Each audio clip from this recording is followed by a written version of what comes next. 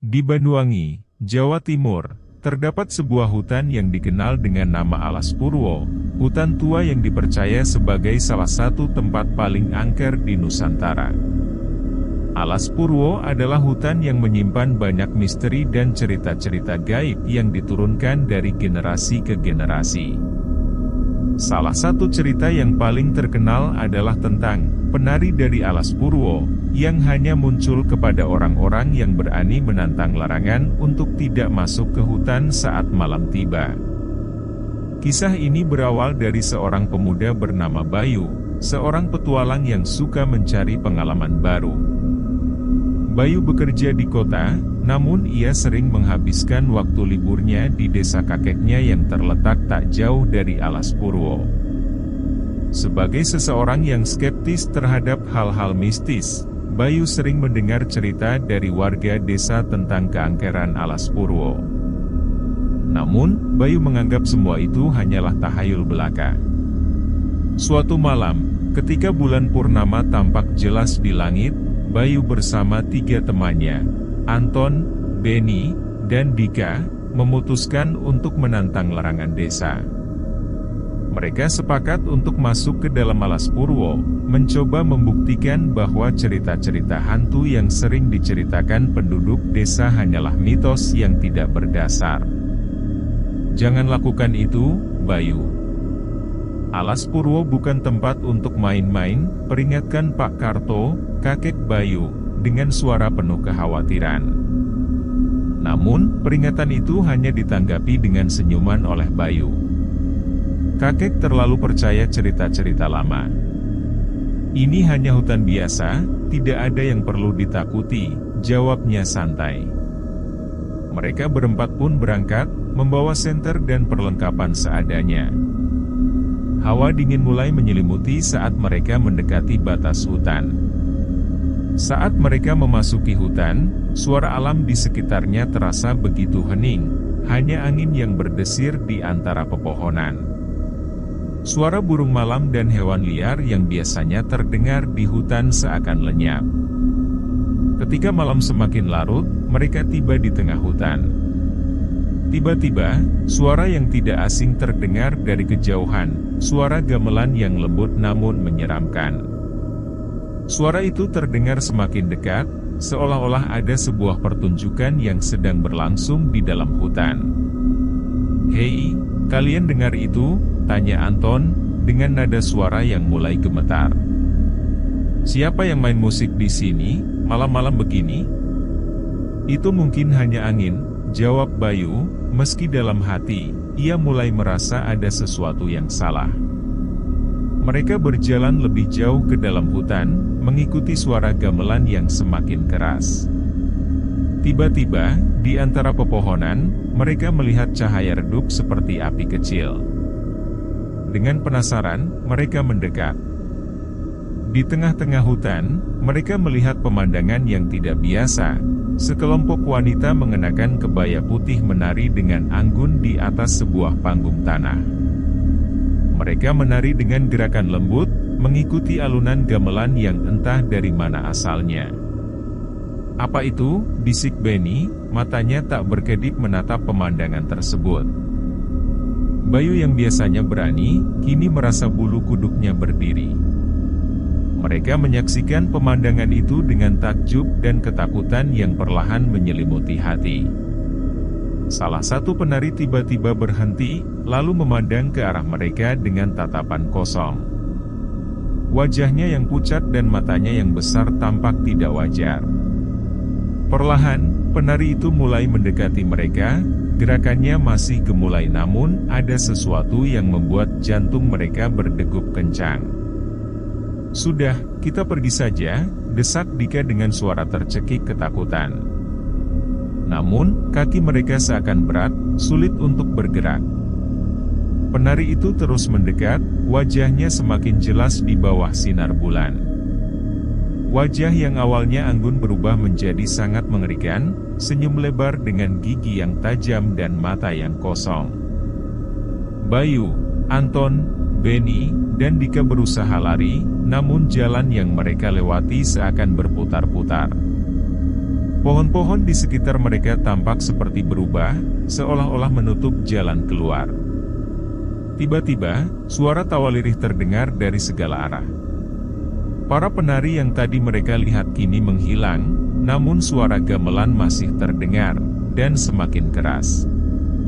Kaki mereka terasa berat, seolah tertahan oleh tanah di bawahnya. Di saat mereka merasa putus asa, Bayu terjatuh dan mendapati dirinya dikelilingi oleh para penari yang melingkar, tertawa, dan menari di sekelilingnya. "Jangan pandang wajah mereka," teriak Anton, mengingat peringatan lama yang pernah didengarnya dari penduduk desa. "Jangan pernah menatap mata mereka." Namun terlambat, Bayu terperangkap dalam tatapan salah satu penari. Seiring dengan hilangnya tenaga di tubuhnya, pandangan Bayu semakin kabur. Semua berubah menjadi gelap.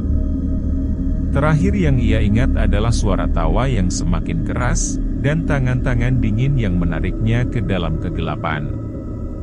Esok paginya, penduduk desa menemukan mereka di tepi hutan. Bayu, Anton, Beni, dan Dika ditemukan dalam keadaan tidak sadar, namun ada yang berbeda. Bayu, yang paling berani di antara mereka, kini tak pernah lagi sama. Ketika ia sadar, ia menjadi pendiam, seringkali tampak melamun, dan tidak pernah lagi membicarakan malam di alas Purwo. Sejak kejadian itu, Bayu seringkali ditemukan di tepi hutan, seakan mendengarkan sesuatu yang tidak bisa didengar orang lain.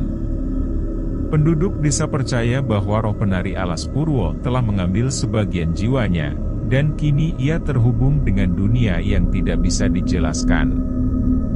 Bayu tidak pernah lagi masuk ke hutan, namun ia selalu merasa panggilan itu masih ada, memanggilnya kembali ke kegelapan di dalam alas Purwo, di mana para penari gaib itu menunggu. Hari-hari setelah kejadian itu menjadi kelabu bagi Bayu.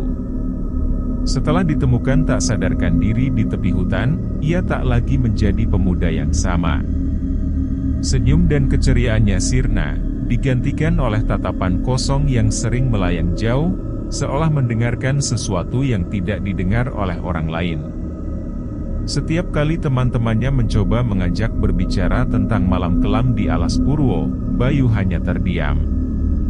Bahkan Anton, Beni, dan Dika yang turut bersamanya pada malam itu, memilih bungkam, tak berani lagi membicarakan insiden aneh tersebut. Namun, perubahan paling mencolok pada Bayu terjadi saat malam tiba, terutama ketika bulan purnama menggantung di langit. Pada saat-saat itu, Bayu seringkali berdiri di tepi hutan, menatap dalam-dalam ke arah alas Purwo. Wajahnya tampak tenang, namun sorot matanya menyiratkan kegelisahan yang sulit dijelaskan. Pak Karto, kakeknya, berkali-kali memperingatkan agar Bayu menjauhi hutan itu, namun semua peringatan seolah masuk telinga kanan dan keluar telinga kiri. Suatu malam, saat bulan kembali bersinar terang, Bayu diam-diam meninggalkan rumah. Ia berjalan perlahan menuju tepi hutan, seakan ada kekuatan yang tak terlihat menariknya. Tanpa sadar, kakinya melangkah semakin jauh ke dalam hutan. Meski udara malam terasa dingin dan menusuk tulang, Bayu terus berjalan, mengikuti suara yang hanya bisa didengarnya. Suara gamelan itu, yang pernah membuat bulu kuduknya berdiri, kini terdengar begitu akrab di telinganya, seperti panggilan dari rumah yang hilang.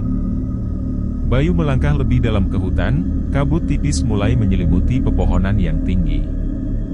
Di antara desiran angin dan gemerisik dedaunan, ia mendengar tawa lembut, tawa yang pernah membuatnya ketakutan.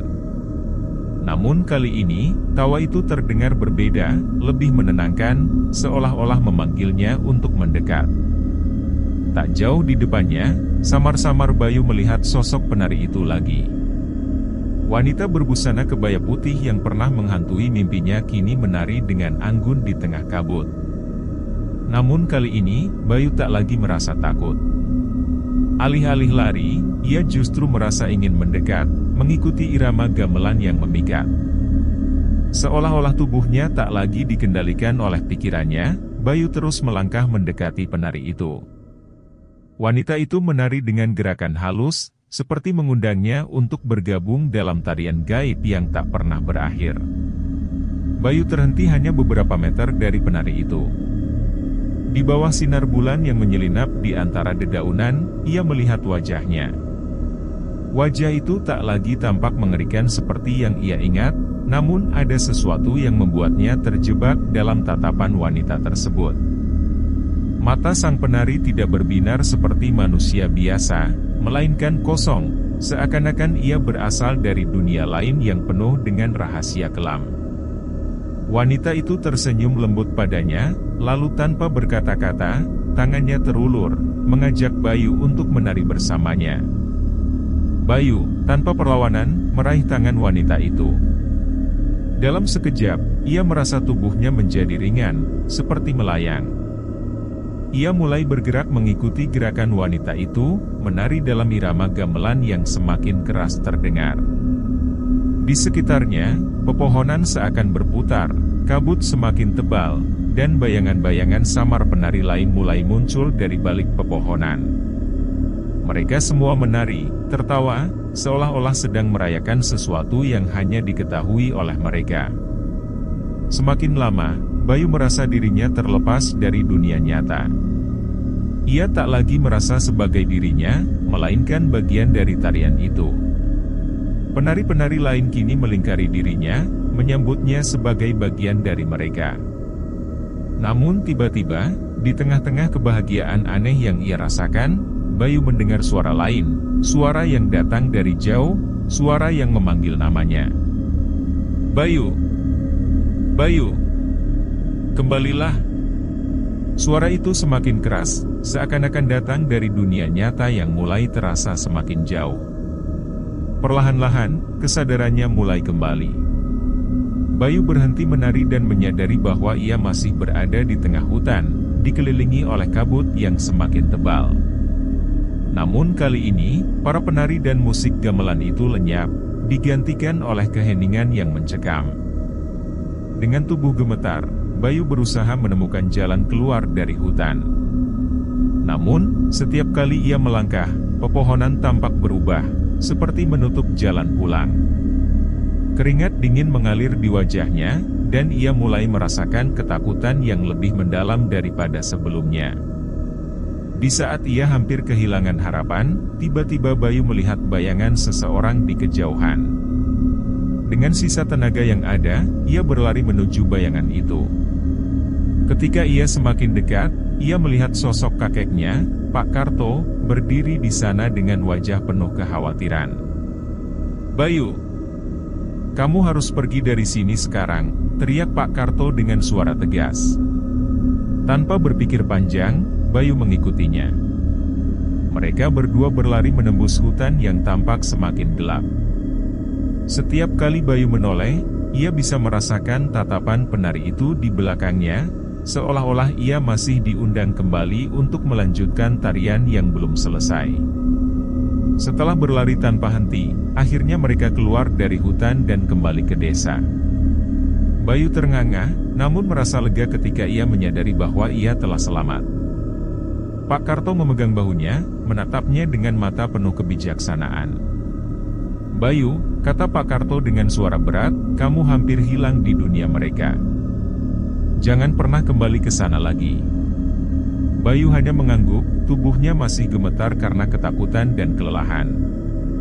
Meski ia berhasil keluar dari hutan, ia tahu bahwa panggilan dari penari Alas Purwo masih ada, bersembunyi di sudut pikirannya, menunggu saat yang tepat untuk memanggilnya kembali. Malam itu menjadi akhir dari petualangan Bayu di Alas Purwo, namun kisahnya terus hidup, menjadi bagian dari cerita-cerita mistis yang menghantui desa. Bagi Bayu, kenangan akan penari itu dan suara gamelan yang memikat akan selalu menjadi bayangan yang menghantui malam-malamnya, mengingatkannya bahwa ia pernah hampir menjadi bagian dari dunia yang tidak bisa ia pahami. Dan penduduk desa tahu, meskipun Bayu selamat kali ini, roh-roh di Alas Purwo tidak akan pernah benar-benar melepaskannya.